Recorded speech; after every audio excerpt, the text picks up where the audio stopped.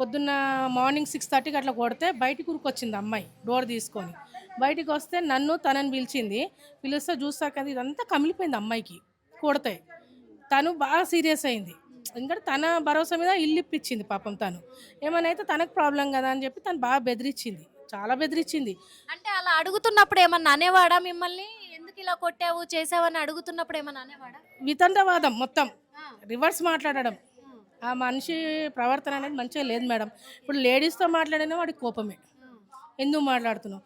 ఆడోళ్ళు ఎట్లా మాట్లాడతారో ఆడోళ్ళ మధ్యలోకొచ్చి మాట్లాడిస్తాడు. హ్మ్. నేనన్నా వద్దు వెంకట్ వద్దు వెంకటేష్ నువ్వు అట్లా మాట్లాడకు.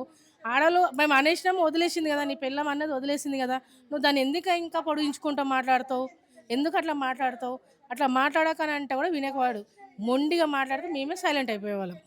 అమ్మాయికి న్యాయం చేయాలంటే మేడం వాడికి కఠినంగా కాదు అసలు వాడు శిక్ష అర్హుడే కాదు వాడు. వాడిని చంపేయాల్సిందే ఖచ్చితంగా. వాడిని చూస్తే ఇంకో 4 ఇండ్లు నేర్చుకుంటాయి మేడం ఇక్కడ. అంతా ఫ్యామిలీసే. అంతా తాగుబోతులే ఉంటారు. ఎవడు మంచోడు ఉండడు ఇక్కడ మనకి. మొగుడు అనేటోడు అనుమానం ఉండేటోనికి అరే వీడు ఇట్లా చేసిండు కదా మనం చేస్తే ఏమైద్ది అనేది తప్ప ఏం ఉండదు ఆడ వాడికి. మాకు మొన్న మేము మాట్లాడుకున్నది కూడా అదే ఏంది ఇంత అమ్మాయి అరవకపోవడం ఏంది? మనకు చిన్న గాయమైతేనే మనం అరుస్తాం. అమ్మాయి ఒళ్ళంతా కాలేదాకా కూడా అరవలేదు అంటే ఎంత విచిత్రం మేడం అది.